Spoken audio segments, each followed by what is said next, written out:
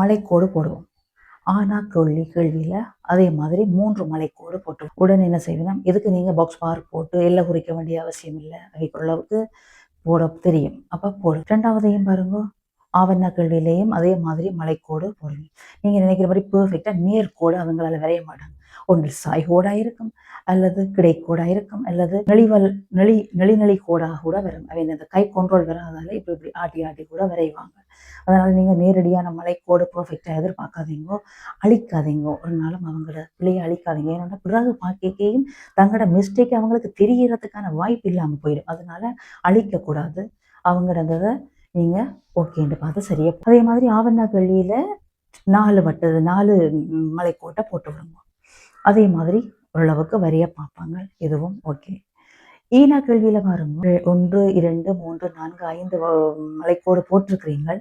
அவைகள் என்ன செய்யணும், இது 2 ஓகே தானே செஞ்சு நாங்கள்ன்றது துணிச்சல்ல சிறக்குண்டு அதே மாதிரி விரைவிடும்.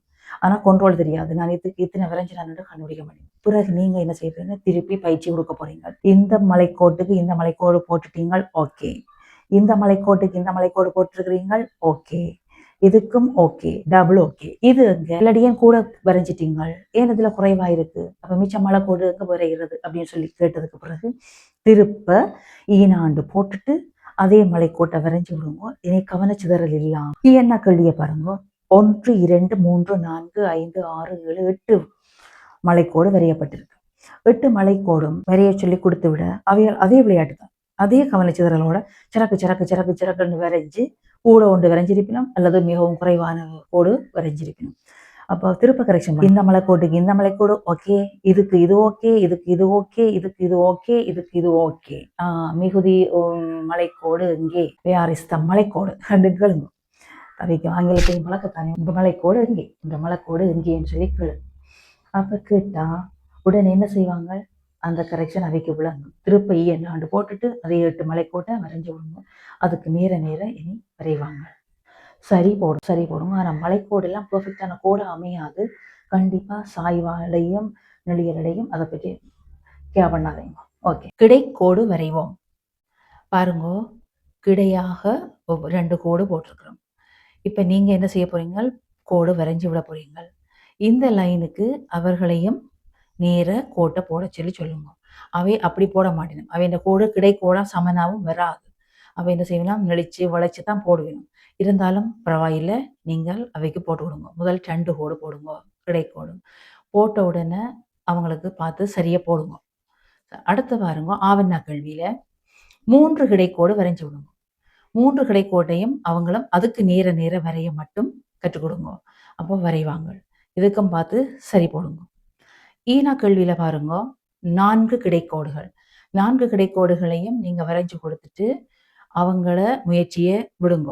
100% அவங்கள முயற்சி பண்ணி போடட்டுக்கும். கீறிக்கொண்டு போய்க்க அவர்களால் சமனா அதே அளவுக்கு போட முடியாது. கொஞ்சம் தடுமாறுவினம் தான். ஆனால் இருந்தாலும் சரி போடுங்க, டிக் பண்ணுங்க. அவைக்கு சரி போடுறதுண்டா நிறைய. ஈஎன்னா கேள்வியும் அதே போலத்தான். 1 2 3 4 5 6 கிடைக்கோடுகள் வரையப்பட்டிருக்கு. அவர்கள் என்ன செய்வாங்க, சிறக்கண்டு டக்குண்டு கிடைக்கோடு வரைவாங்க. கிடைக்கோடு வரைஞ்சு கொண்டு போய்க்க அங்கே அவைக்கு கண்ட்ரோலா வரைய தெரியாது தானே, அந்த நேருக்கு வரைய தெரியாது. அதனால இவளுக்கு 4 அல்லது 6 3 5 தான் இருக்கும், அங்க ஃபுல்லா இருக்காது. உடனே நீங்க என்ன செய்யணும், இந்த கிடைக்கோட்டுக்கு இது வரைஞ்சிட்டீங்கள், ஓகே, இதுக்கு இது வரைஞ்சிட்டீங்கள், இதுக்கு இதுன்னு சொல்லி நீங்க கரெக்ட் பண்ணி அவை இந்த மிஸ்டேக்கை அவைகளுக்கு புரிய வைக்கணும். குட்டீஸ் பாருங்க, சாய்கோடு வரைவோம். சாய்கோடு எப்படி இருக்கு, இப்படி ஒரு கையை பிடிச்சு கொண்டு இந்த பக்கம் நோக்கி என்ன செய்யணும், நீங்க சாய்ச்சி காட்டணும். 2 கோட்டிலையும் முட்டக்கூடியதா, அதுல இருந்து இங்க முட்டக்கூடியதா, இல்லாட்டி 2 பட்டிக்கு விட போறீங்களோ 3 பட்டிக்கு விட போறீங்களோ தெரியாது, சாய்ச்சி விடுங்க. அவங்க சாய்கோடு வரைவாங்க. ஆனா அதுவும் சாய்வாக இருக்காது. வரைவாங்கள் தான், ஆனா சாய்வாக இருக்காது. அப்ப அந்த 2ஐயும் வரைஞ்சு விட டிக் பண்ணுங்க. அடுத்த 3 சாய்கோடு வரையுங்க. அவர்கள் என்ன செய்வாங்க, ஆவண்ணா கேள்வியில இருக்கிற 3 சாய்கோடையும் வரைவாங்க. சாய்வா இருக்காது, கிடையா வரவும் வாய்ப்பு இருக்கு. அதனாலையும் பரவாயில்லை, போடுங்க. அவைகள் ஆனால் அழிக்க விடாதீங்க. ஒரு நாளும் ட்ரேசர் பண்ணி அழிக்க விடாதீங்க. ஏன்னா அவைகள் வரைஞ்ச மிஸ்டேக்கே அவை வாழ்க்கை பூரா புரிய வைக்கணும்.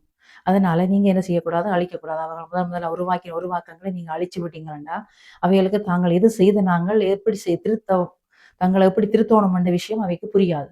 அதனால நீங்க என்ன செய்யணும், அவங்களோட மிஸ்டேக்குகளை அழிக்கக்கூடாது, அதை அப்படியே விட்டுறணும். அப்பதான் அவைக்கு அதின் அர்த்தம், அதின் செயல்பாடு, அதில் இருக்கிற மிஸ்டேக்குகளை அழகா புரியும். அடுத்தது 4 சாய்கோடு ஈனா கேள்வியில பாருங்க. 4 சாய்கோடு வரைஞ்சு விடுங்க. 4 சாய்கோடும் வரைஞ்சு விட்டால் 4 சாய்கோடையும் என்ன செய்வாங்க, ஓரளவுக்கு அடையாளம் பிடிச்சி 4ஐயும் வரைஞ்சு கொள்ளுவாங்க. 1 2 3 4 வரைஞ்சிருவாங்க. ஓகே. அடுத்த இயன்னா கேள்வியில பாருங்க, எத்தனை சாய்கோடு இருக்கு? 1 2 3 4 5 6 7 8. 8 சாய்கோடு போட்டு விட்டாலும் இன்றைக்கு வரைக்கும் அவங்களால கவுண்ட் பண்ணி சரியா 8 வரைய முடியாது. 1 2 3 சொல்லி வரைஞ்சு கொண்டு போய் அங்க ஃபுல் பண்ணிடும், கோடு ஃபுல் பண்ணிடும். அப்போ அவங்களுக்கு நீங்க புரிய வைக்கணும், இந்தா இத்தனை தான் வரைஞ்சிருக்கிறீங்க, இதுல இருக்கிற எண்ணிக்கைக்கு நீங்க வரையலைன்னு சொல்லி அவங்க மிஸ்டேக் ஒன்றுண்டா புரிய வச்சா திருப்ப என்ன செய்யலாம், திருப்பவும் அந்த 8 சாய்கோட்டையும் அவங்களுக்கு வரைய சொல்லி கற்றுக் கொடுக்கலாம். வளைவு வரைவோம். பாருங்க, வளைவு இவ்வளவு நாள் நேரமும் நேர்கோடு, சாய்கோடு, கிடைக்கோடு என்ற ஆங்கிள் பார்த்துனாங்க. இன்றைக்கு பார்க்க போற விஷயம் வளைகோடு. வளைவு வரைவோம்.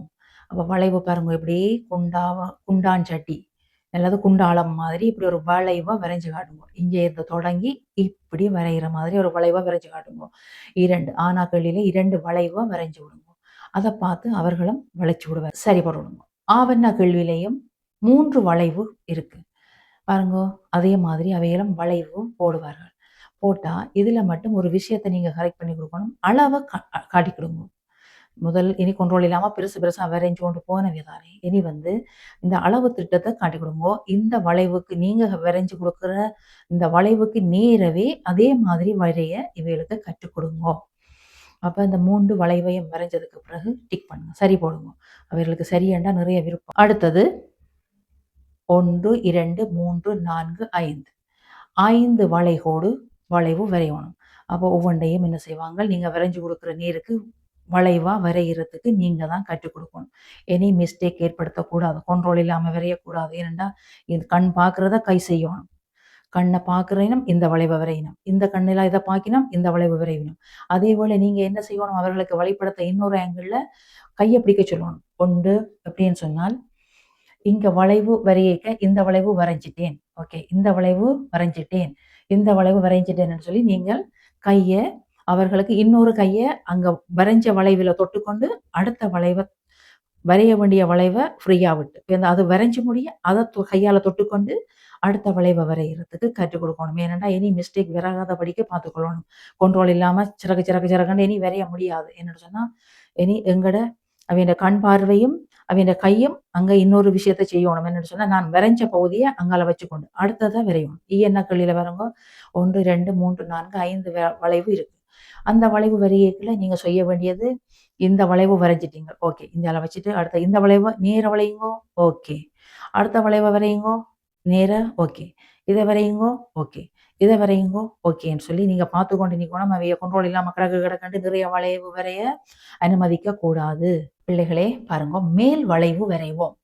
மேல் வளைவு இனி இப்படி பாருங்க, மேலே இருந்து வளைச்சு விடும். ஆனா கேள்வியில பாருங்க, இங்க இருந்து தொடங்க போறோம், பலம் சுழியா நோக்கி மேல போய் இப்படி திருப்பி ஒரு வளைவை கொடுக்க போறோம், மேல் வளைவு.